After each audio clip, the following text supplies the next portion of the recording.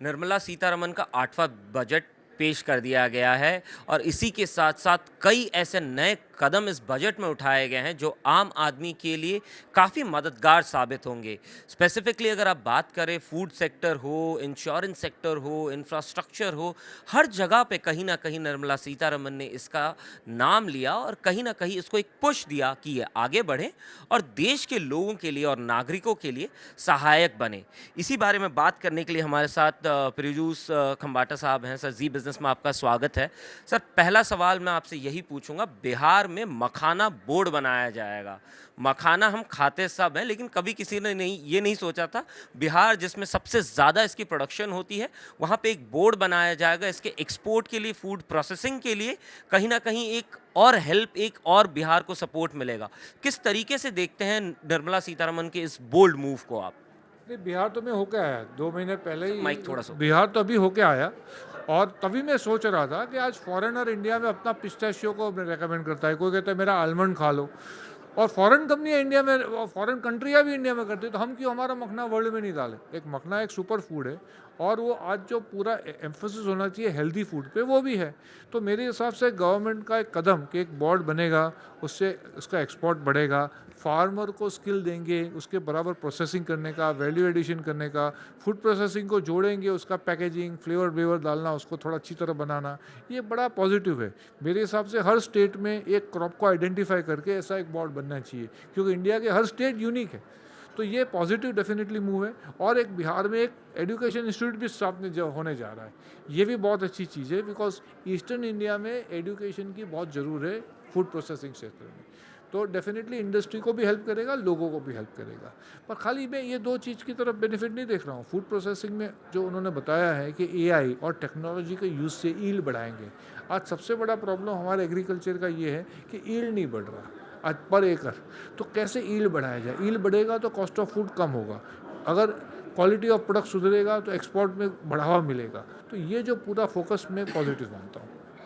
Sir, अगर बात की जाए कहीं न कहीं जिस तरीके से इंश्योरेंस सेक्टर में अगर आप देखें तो 75% से 100% में लेके गया है और इसी के साथ-साथ आप इसको किस तरीके से इस मूव को आप एनालाइज़ करते हैं? क्योंकि जनरली अभी तक 25% जो थे वो डोमेस्टिक इस पे थे। आप किस तरीके से देखते हैं सर? मेरे हिसाब से सबसे बड़ी चीज़ ये है कि इसमें एक क्लियर है, गवर्नमेंट बोल्ड है और गवर्नमेंट बोल्ड डिसीजन लेना चाहती है। आज से थोड़े साल पहले तो आप सोच भी नहीं सकते कि इंश्योरेंस में 1% एफडी आएगा। यहाँ आज 100% आना एक बताता है कि गवर्नमेंट वांट्स और उसमें कस्टमर का फ़ायदा है, कंपटीशन बढ़ेगा। तो मैं उसकी दृष्टि से इसे काफ़ी एक बोल्ड मूव समझता हूँ। और मेरे हिसाब से बाकी ऐसे बहुत से सेक्टर है एफडीआई कि जहाँ एफडीआई अभी कम है, उसको भी बढ़ाना चाहिए, because we need the foreign money to come in. Because उससे क्या होगा, ओवरऑल इंडस्ट्री का ही फ़ायदा है और कस्टमर का भी फ़ायदा है। पर ये दो, इंश्योरेंस और फूड प्रोसेसिंग को छोड़ के मेरा मानना है आज हर सेक्टर के लिए कुछ न कुछ तो दिया है। आज सॉवरिन फंड को बुलाया, आप एआईएफ में अगर इन्वेस्ट करोगे तो डबल टैक्सेशन नहीं होगा, ये पॉजिटिव है, कोई डाउट नहीं है। आज आम आदमी को बोला, चलो मैं इनकम टैक्स की बात नहीं कर रहा हूँ, टीडीएस और टीसीएस की बात कर रहा हूँ। अगर मैं आज फॉरेन जा रहा हूँ और लोन लेता हूँ, लोन लेके फॉरेन जा रहा हूँ, वो पैसे पे टीसीएस काटना, एक तो मेरे पास पैसा नहीं है, मैंने लोन लिया, वो लोन पे आपने टीसीएस काटा फॉरेन एजुकेशन के लिए, वो तो आज कट कर दिया, अच्छी बात है। तो ये टीसीएस टीडीएस अगर कम होगा, रेशनलाइज होगा, तो ऑटोमेटिक आम आदमी के हाथ में पैसा ज़्यादा आएगा, तो वो उसको स्पेंड करेगा। और वो स्पेंड करेगा तो किस पे करेगा? एफएमसीजी पे करेगा, बाकी ट्रैवल पे करेगा, टूरिज्म पे करेगा। तो ओवरऑल ये पूरी इंडस्ट्री को कैटलाइज करेगा। और सबसे इम्पॉर्टेंट चीज़ है, ये सब करने के बाद आई थिंक कोई मैंने नया टैक्स तो देखा नहीं, ऑलमोस्ट मैंने हर चीज़ में टैक्स कम होते देखा, तो भी फिस्कल डेफिसिट सेम रखा हुआ है। वो कैसे होगा? इस ऐसे होगा कि अगर गवर्नमेंट भी समझ गई है कि ये हम इंडस्ट्री के साथ पार्टनरशिप करेंगे तो ग्रोथ बढ़ेगा। आजकल यस्टरडे का जो सर्वे था, इकोनॉमिक सर्वे, उसमें एक प्रिस्क्रिप्शन दिया था, प्रिस्क्रिप्शन फॉर ग्रोथ, कैसे ग्रोथ बढ़ेगा। उसमें सबसे बड़ा मुद्दा था ईज़ ऑफ डूइंग बिजनेस। इतने इंडिया में शैकल्स है, ये करो, वो टैक्स लाओ, वो करो, ये सबको अनशैकल कर दो। आज एसएमई है, स्टार्टअप है, यंग लड़के हैं, उनको बोलो भैया तुम लगाओ। Government should get out of the way of business, ये बताया इकोनॉमिक सर्वे में। और ये I think to an extent आज एफएम ने, ऑनरेबल एफएम ने अनाउंस किया है कि we she will be reviewing all the laws specially at state level. ये बड़ा मूव है, बिकॉज आज कोई भी एवरेज आदमी को बोलोगे वो डरता है कि मैं धंधा लगाऊंगा, मेरा क्या होगा भैया, कौन मेरे को एडवाइस करेगा, ये कैसे सब करूंगा, बेटर है सैलरी भरूँ या तो कोई फॉरेन चला जाऊँ।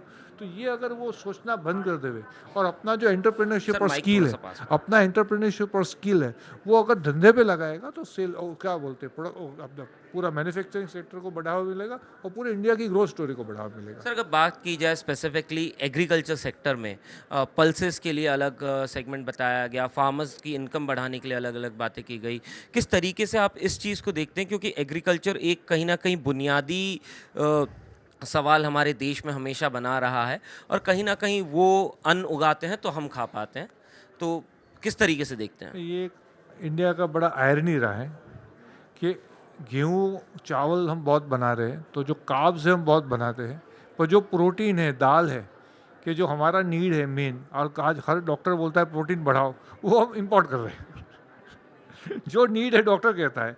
तो ये गवर्नमेंट का पूरा एम्फोसिस कि इंडिया में प्रोटीन स्पेशली दालों का और मिलेट का प्रोडक्शन बढ़े, मिलेट भी एक सुपर क्रॉप ही है मखना के जैसा, वो बड़ा पॉजिटिव है। और एडिबल ऑयल कि जिसका इंपोर्ट बहुत हो रहा है, जिससे एक्चुअली हमारे what I call overall balance में भी तकलीफ होती है, वो एडिबल ऑयल भी इंडिया में मैक्सिमम बने। ये इससे फ़ायदा ये होगा कि हमारा सेल्फ सफिशिएंसी बढ़ेगा। We can't be depending on foreign people for food, मेरा मानना है। बिकॉज आज कोविड ने बता दिया, अगर कल वॉर हो जाएगा, कुछ भी हो सकता है, तो आप सोचो कल शिप नहीं आई तो हम तो ऑयल नहीं आएगा, हमारा दाल नहीं आएगा तो हम क्या खाएंगे। तो मेरे हिसाब से the whole emphasis on making at home this two important segments, many others, पर ये दो तो मोर इम्पॉर्टेंट, ये बड़ा पॉजिटिव स्टेप है। और मेरे हिसाब से इसमें थोड़ा चेंज ये होना चाहिए कि इंडस्ट्री पार्टिसिपेशन भी आना चाहिए, और इसके लिए जो पुराने फार्म बिल्स थे जो हमने उसको पीछे डाल दिए है, उसमें से थोड़े जो रिफॉर्म होने की ज़रूरत है। For example contract packing, contract manufacturing of food product, contract farming, ये सब चीज़ को थोड़ा बहुत मेरे हिसाब से रियायत देने की ज़रूरत है, थोड़ा बहुत चालू करने की ज़रूरत है। बिकॉज विदाउट इंडस्ट्री ये हो नहीं सकता है सेल्फ सफिशिएंसी। जी बिजनेस से बात करने के लिए बहुत बहुत धन्यवाद sir, thank you so much.